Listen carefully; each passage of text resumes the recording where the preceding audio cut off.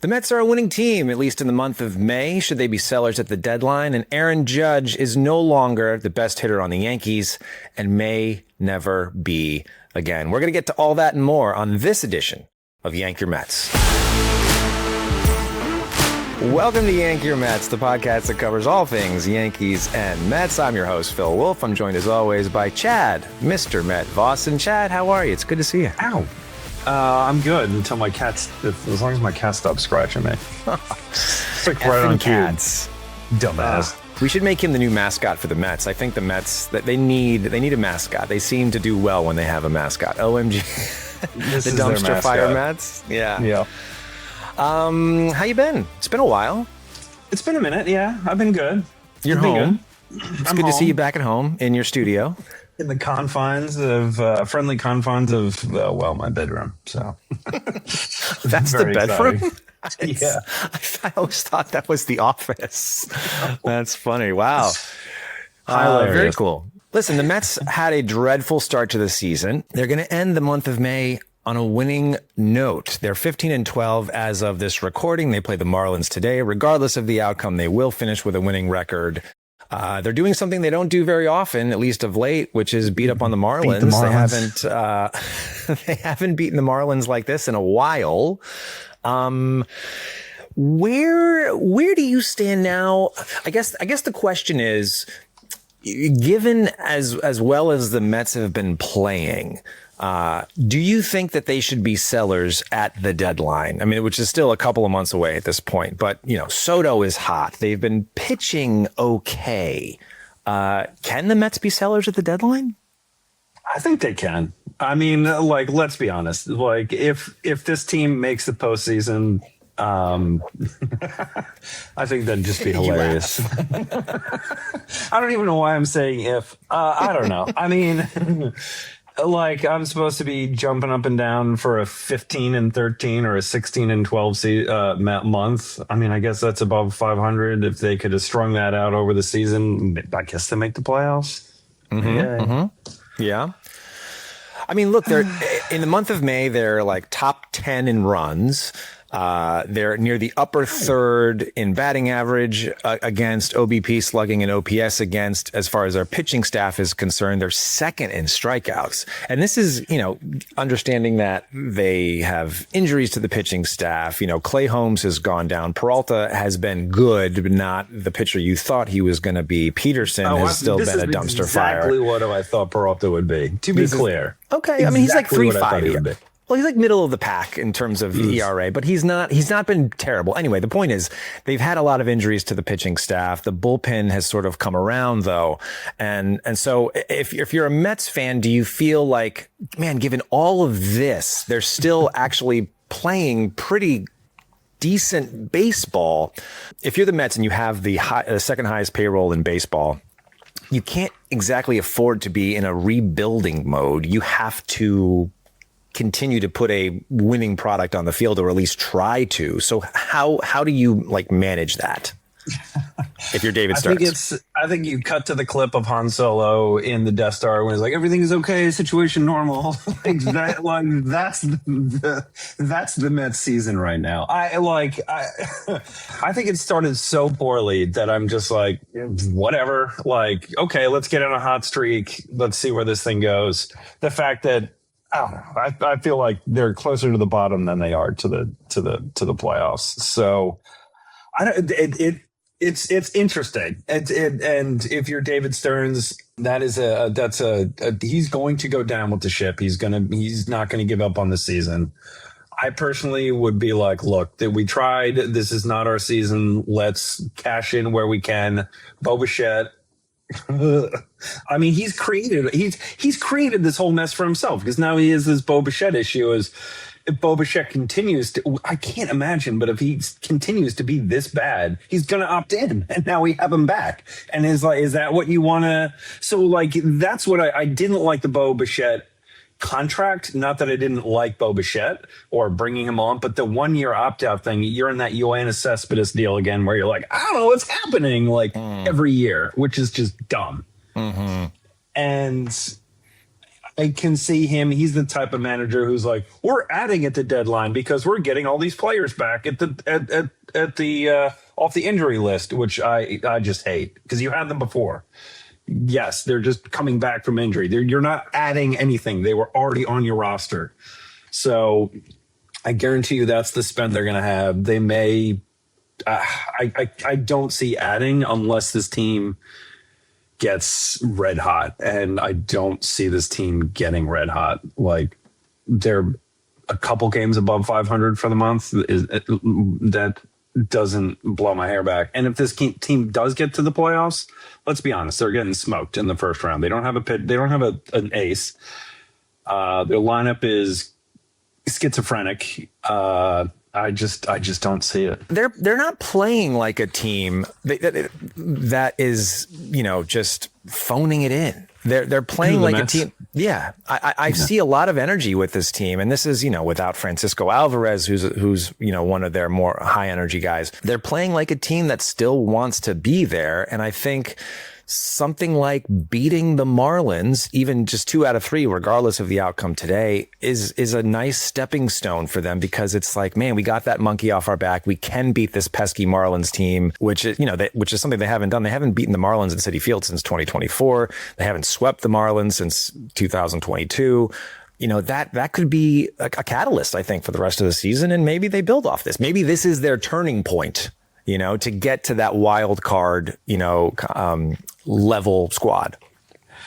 I think your optimistic outlook is what it's like to be a Mets fan. Maybe this is it. Maybe this is the series. Maybe this is what turns them around. And 9 times out of 10, it's not. And then it's just the dumpster fire continues to rage. And that is the hardest part about being a Mets fan, is like, you're always like, maybe this is the 2024 OMG Mets. Maybe because they had whatever that SpongeBob guy announced the starting lineup the other day. We haven't lost since then. So maybe this is it. This is our grimace moment. Like, oh, here we go. And then they are the most frustrating team to root for because of everything you just listed. Maybe this is it. Maybe they had to hit rock bottom about 6 times before they realized, like, oh, okay, we got this. But who knows? I just this is why I'm just like, on this season, I'm just like, whatever. Like, maybe becomes the 2024 OMG Mets, because I've seen it happen. All I want out of this team is fucking consistency, and they have been consistent at being good one year, bad next, good year. Like, they're just this roller coaster team of possibility. They're not like, they're not like the Braves, where every year they've got a chance, or every year this can happen. It's just so fucking frustrating.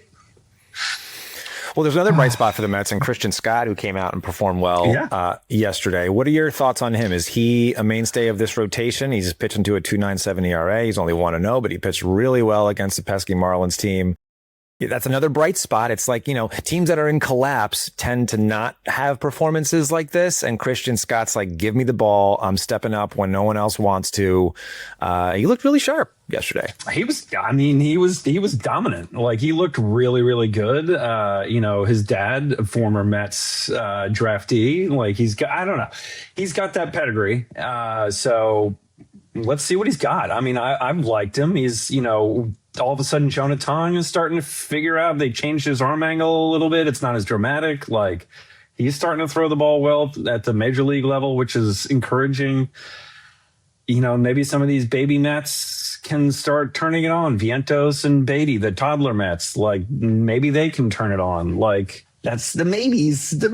That's what keeps you coming back. Yeah, isn't that what keeps you coming back, right? It is. Do you still watch Mets games? Like, in a season like this? You don't think, I know how you feel about them, but is there even just a hint of, like, maybe this team can still do it? I'm still going to watch because it's the Mets and I have nothing else to watch right now except for the Knicks, and we'll get to them later.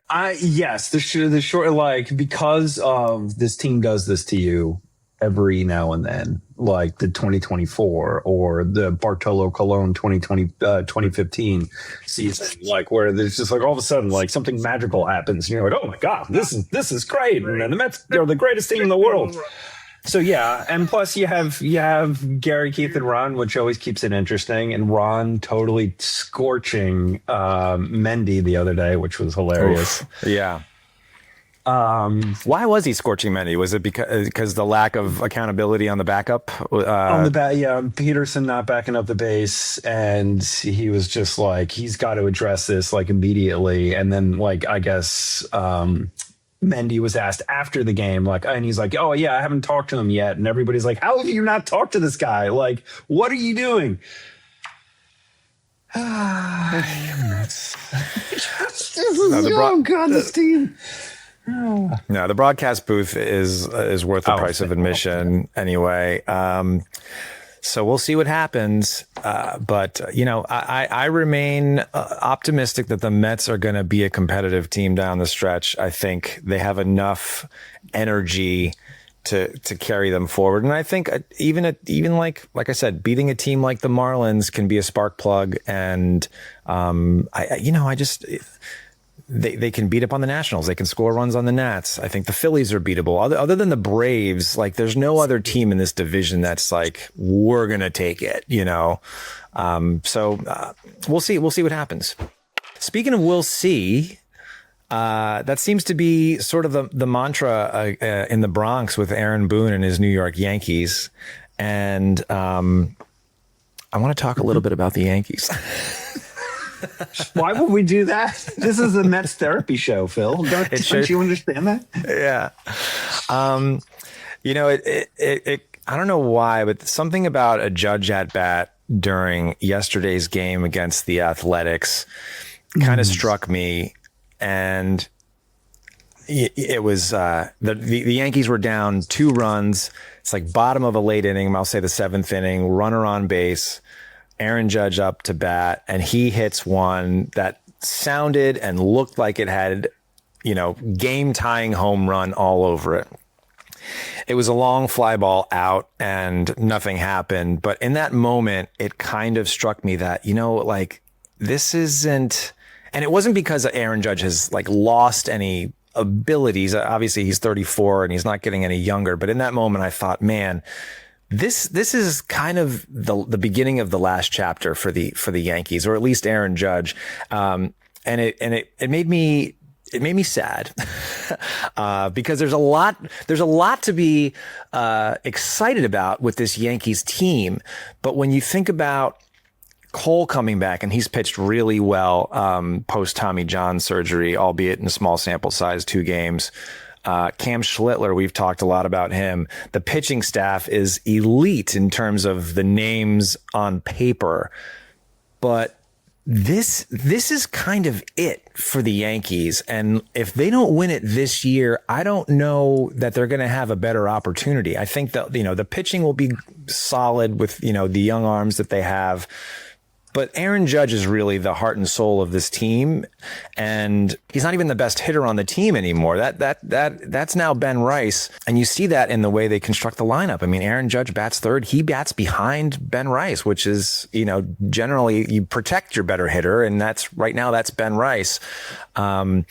And so, it dawned on me as I was watching this, like, man, if the Yankees don't do it this year, I don't know that they're ever going to do it with Aaron Judge. And a lot of things can happen. And that's not to take anything away from him. He's having another MVP caliber season. I think he's projected to hit 50 home runs, 100 RBIs. And, his average has dipped a little bit. He's in the 250s, which is, well below where we're used to seeing Aaron Judge.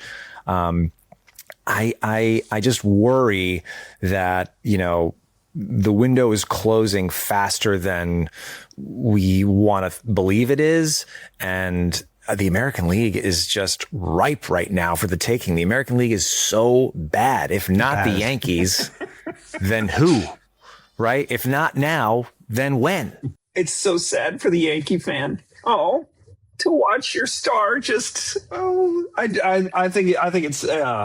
That's deep, dude. You there's a long fly ball out, and now all of those thoughts come crashing down upon you. This is it. Aaron Judge may never win a World Series. In that moment, truly. That's hard. I mean, but guess what? The beat goes on. Like you had Derek Jeter, and now you didn't, and then eventually somebody else comes along. I think that's the one thing that the Yankees. I mean, when was your last losing season? 1990. 90. So shut up. Just shut up. Come on, it's literally been 30 years since you've had a below 500 season. It's been it's been one season for me. But I get it. I mean, like the Yankees, and let's be honest, they're all crapshoots. It's not like Aaron Judge was a number one pick overall, like can't miss prospect, and this guy, like, oh my god, he didn't have the fanfare, being drafted as being the savior of the Yankees. Mm-hmm. But you guys are one of the best. You and the Dodgers are probably one of the best at just drafting the right people. And drafting guys that can come up, handle moments, be all-stars, and you find them. Doesn't have to be like, sure, it could be through international scouting, but it's those later rounds in the draft. You guys just find them and develop them so well that you guys always have like that next guy who's waiting to step up.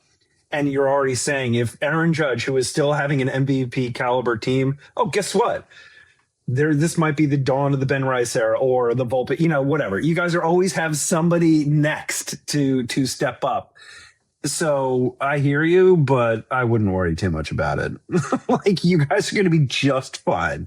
I love how I'm higher on the Mets and you're higher on the Yankees than I am, because it's like a little bit of a role reversal here. And which, by the way, I predicted correctly that the Yankees would lose 2 out of 3 to the Mets in the Subway Series, and that was almost 2 or 3 weeks ago now at this point. But I'm claiming that correct prediction.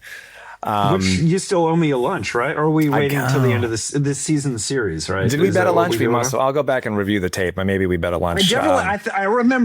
I remember being like, God damn it, I don't want to do this, but I mean, look, that series, I mean, this is going back a couple of weeks, but that series started off well for the Yankees. We had Schlittler come down and shut down on game 1. And you said, he's going to set the tone. And I said, he's all we got in this series. And sure enough, the Mets took 2 out of 3. But yeah, I think that you brought up Derek Jeter, and I think the difference is Derek Jeter started winning as soon as he came to the big leagues. And so it was like, we got everything from him early. And then, eventually he won another one in 2009. With Aaron Judge, it's like, can we just get one? Can we please just get one? And again, yes, he's having the MVP caliber season, but I don't know that we're ever going to see a player like him again. As much as I love Ben Rice, is he going to have, perennial MVP seasons like Aaron Judge does? Like, I don't know. Baseball is such a funny game. Like, this is what makes players like Ohtani, Soto, Judge so good. You can be hot and cold week to week, month to month, season to season in a game like baseball. And Judge has consistently done it. Soto has consistently done it. We just don't know that about Ben Rice yet. He's having a great season now, and we believe that he's going to be, good, if not great, for the rest of his career. At least we hope. But it's like, you just don't know. There's so much unknown. Giancarlo is older. Garrett Cole, coming off of Tommy John surgery, has looked great. But like, how many pitchers have come back this strong after Tommy John at age 34, 35 plus? Like, it's not, the odds are stacked against you. So it's not the norm. Max Fried has been injury prone as good as he's been. And we expect him to come back healthy. So like, this is why it's like now or never for me, because you just never know in a game like baseball. And I think the Yankees realize that. And that's why we've seen them sort of change their tune a little bit with respect to players like Anthony Volpe versus Jose Caballero. We talked about that. Anthony Volpe has come back and played well, but before, whereas Boone just kind of gave Volpe the keys to, the infield, the shortstop, now he's saying, we'll see. It's like a meritocracy, which is what it should be. It's what it should be. It's what it should be. You don't just hand a guy playing time because he was a highly touted prospect, and analytically he's one of the best guys in the game. And so I think, a switch has sort of been flipped with this Yankee team to say, like, we're not just going to give Anthony Volpe playing time. And they have. I mean, I think they realize that, he's come, and Anthony Volpe's come back and played pretty well. But Austin Wells is abysmal right now. And like, what do we do with him? So you got to give Escara more playing time. Jazz, we talked about Jazz. Have we? Have we? So I think the Yankees realize, like, it's sort of now or never. If you play well, you're going to play. If you don't, you won't, because this is their time. And, it's May now, but you look up and you find Toronto is playing much better baseball. The Orioles, still below 500, are playing better baseball. This division, they what? Big win yesterday. Alonso with the walk-off. The season could be. It's going to be August real soon, and the Yankees could find themselves, looking up at a couple of teams if, as well as they're playing. This division can get competitive, I think, pretty quickly. And so the Yankees got to continue to put their best foot forward and make sure that they're getting the best guys on the field. You didn't mention Tampa. Do they scare you? Yeah, Tampa always scares me. Because they're currently in first place. So like we're looking up at them, but Baltimore has beaten them a few times. And so we've narrowed the gap a little bit. The thing about Tampa, though, is that they just don't hit a lot of the postseason. They just don't hit a lot of home runs. And people talk about, we got to be more consistent. We need to, play small ball, which is something that Tampa does really well. I think that's great in the regular season. But what we've learned is that it's hard to string hits together against really good pitching in the postseason. And you need boppers in the lineup to capitalize on those mistakes. And the Rays aren't that strong a power team. They have guys that, they pick up off the scrap heap and, pitch really well. But like long term, the Rays don't really scare me. They're pesky and they piss me off in the regular season, but come postseason time, I think they fold. I still think we're a better team overall. Oh, yeah. No, I agree. But, I mean, hey, it worked for the 2015 Royals. That team just kept the line moving. Like, it works every now and then. You just got to, it's an interesting, it's always that, like, and I just love what the Rays do just because the cards that they're dealt are so shitty. So, yeah. I mean, Kevin Cash is one of the better managers in the game. He knows how to get the best out of his players. They play small ball as well as anybody. And you start to see that coming back a little bit in baseball. Not very many people bunt that often, but the Rays do that well. The stolen bases kind of reemerge with the addition of the new rules and the bigger bases and the pitch clock and the, pick off move rules and all of that. So the Rays capitalize on that. They just don't really worry me that much. I mean, maybe they should. Maybe that's me just being naive, but, so if you play the Rays in the playoffs and they sweep you, we can play that clip. But the Rays don't worry me that much. We can just go right back to that in the vault and toss that up for you. Yeah, it'll be me in slow motion. The Rays don't worry. Yeah. We need slow motion. We'll just play that. Yeah. So we'll see. We'll see, which is the new mantra around the Yankee Stadium now. Where does that come from, though? Sorry, going back to your, they're being more patient. It's a meritocracy. Is that a Aaron Boone thing or is that a Cashman thing? I think it's both. I mean, Cashman has been he's on record as saying, like, I don't make the decisions. I'm paraphrasing here, but this is sort of an organizational effort. Obviously, Cashman is involved in the analytic department. He's the one who puts that department together, and they give Aaron Boone all of the info he needs, and then it's Aaron Boone's call. I mean, he's the field manager. I truly believe that. I don't think Cashman is making lineups. I don't think Cashman is making in-game decisions. I think he trusts Boone because Boone is a baseball guy. I mean, he comes from a baseball family. The name Boone is almost baseball royalty. Not that the Boones have been lighting the league on fire, but I just think I think of Boone's Farm, so that's all I got. Boone's Farm, yeah. I think it's probably a joint decision. I think they have these discussions. I think they talk every day. I think especially with Anthony Volpe and Jose Caballero. It's like, look, Anthony Volpe has not been the player we want him to be, albeit playing through injury last year. I don't think people realize that, or at least, give Volpe the credit for playing injured, and maybe they should. But I think it's probably a joint decision, and they're like, look, we have to stop playing this analytical game. Yes, it's a part of what we do, but let's go with the guys who are playing well. You see that with Paul Goldschmidt. He was a guy last year they brought on to sort of take over first base. He played really well, but he's sort of thought of as a lefty specialist. He plays only against lefties. He's in the lineup every day now. A lot of that is due to the fact that Giancarlo Stanton is hurt. They can play with the DH role with Ben Rice, who's not as good defensively.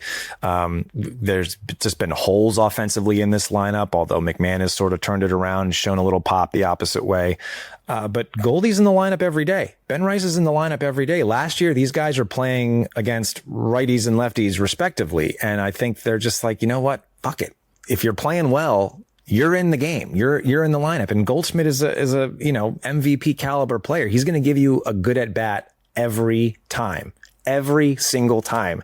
And I would bring Goldschmidt back again next year. I'd bring him back every year until he decides to hang it up, because the guy is just so good. Veteran leadership.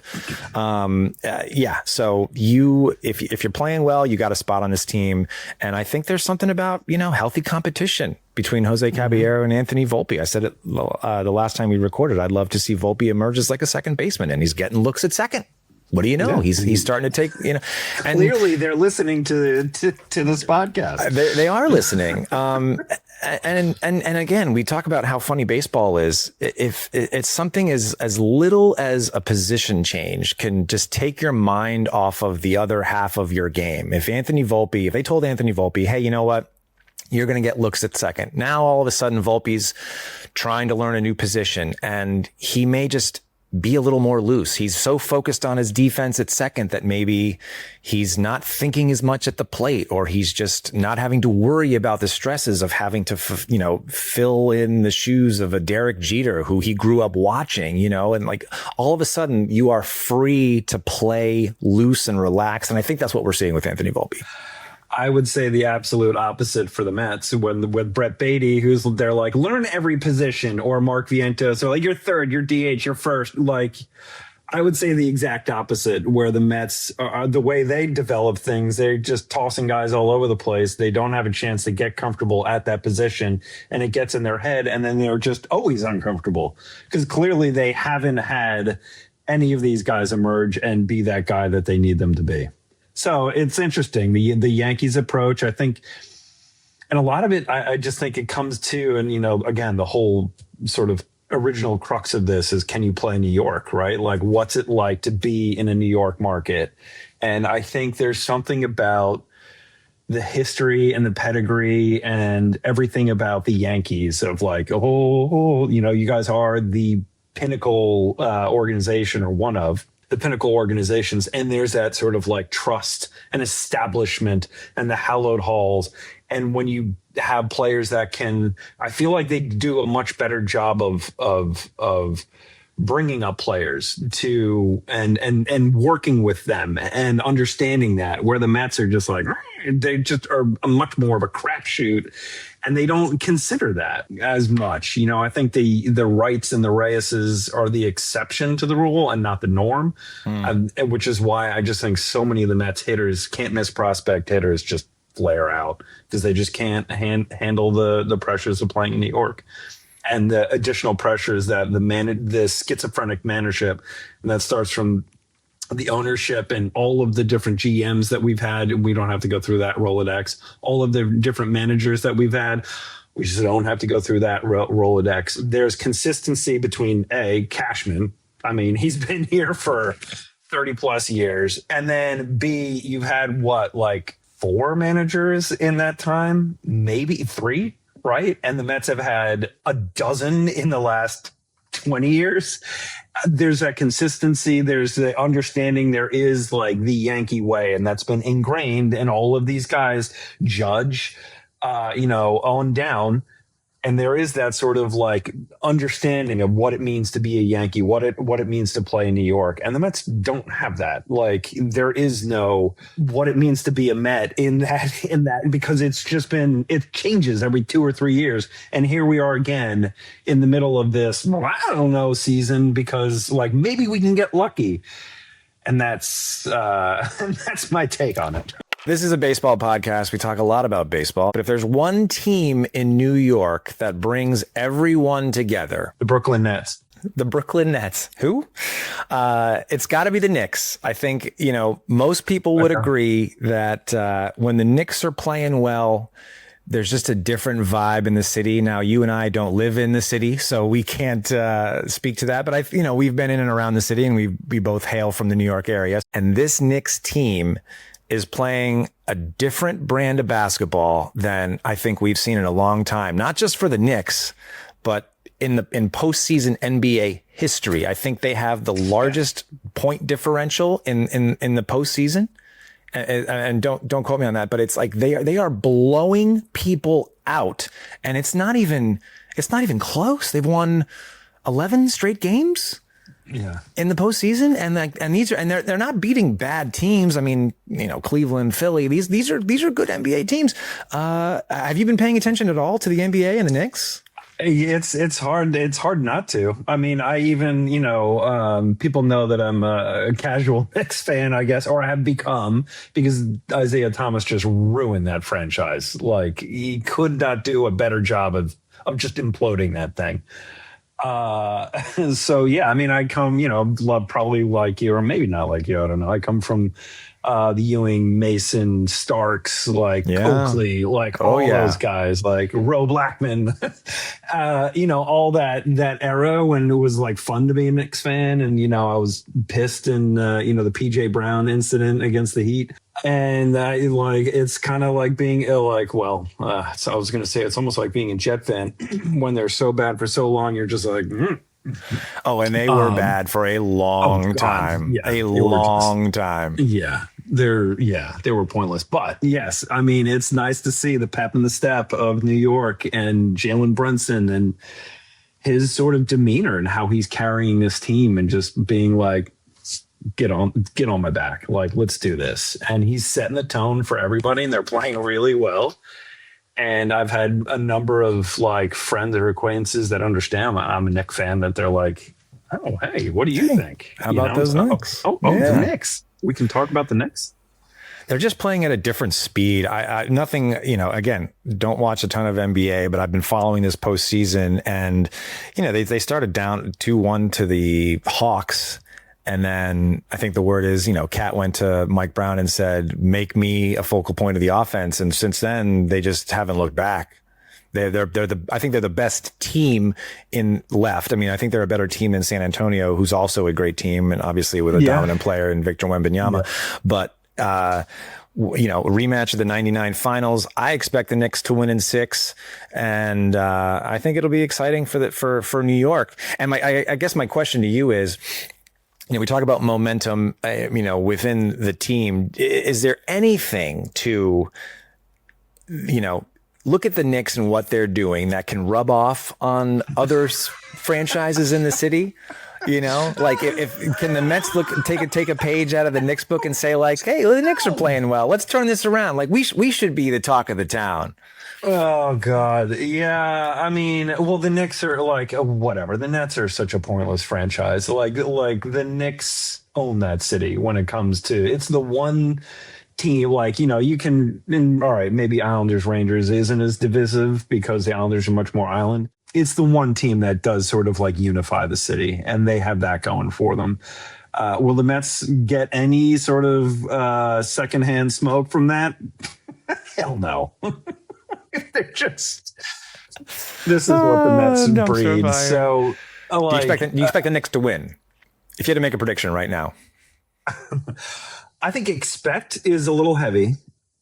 I think my heart says they can win it. I think 6 is good. It's always hard to go against like who's the best. I mean, Brunson's getting there, but like who is the best physical player? Wemby is it. He's on a different level. He is. I love his energy. Yeah. Yeah. But I mean, there's something about this team that, that has really kind of sparked. I hope that they don't they come out. It's that layoff. They had the layoff against Cleveland and then they swept Cleveland. But Cleveland is not San Antonio. No, they're not. And I mean, we saw it a little bit in hockey where the Canes went down 0-1 to the Habs, and everybody's like, "Oh my God, their Canes are getting, they're too old, they're getting run over." And I was like, "No, just give it a second." They hadn't played in 2 weeks, and then they wound up smoking the Canes. I just hope that the Knicks don't lose that first if they can win that first game. I think that first game is so critical. If Definitely. They can just shake off the rust and win that game and maybe be rusty for a half versus a game, I think they'll win. If they lose that first game and it doesn't look good, then I worry that they're not going to be able to get that momentum going again. But if they can keep that momentum, even if they lose the first game and keep it close and it's they lose by 2 or 3, then okay, cool. This is going to be a series. But if they if they don't win, if they get blown out in their first game, I think it goes to San Antonio. Well, that's exactly what happened with Cleveland, right? They had the layoff after sweeping Philly, and for 3 quarters, they were kind of just not there. So until they realized hey, wait a minute, we're the Knicks and we're better than this team. And then they just haven't looked back. But I'm excited. Harden doesn't know how to play D, so that helps. Can he just stop? I mean, with him and his coach, who's analytically, we're right there. I mean, you sound like Aaron Boone for the last 2 or 3 years. It's no, you're not. Analytically, you've lost on every level. You've lost. So analyze that. Analyze the losses. That's right. You're right. The Knicks bring the city together. Don't play D. Yeah. Maybe shave the beard. So no, I'm excited for the Knicks. I'm following this postseason and the finals. I'll be watching on the edge of my seat, and go Knicks. Knicks in 6. That's my prediction. Knicks in 6. I think that's a good one. I think that's a good one. That's all for us. Make sure to follow Yank Your Mets Pod on Instagram, TikTok, and YouTube. Please like and subscribe. Leave a comment, whether you disagree, agree, or whatever. Just say something. Anything. Chad, always a pleasure. Phil, the pleasure is mine.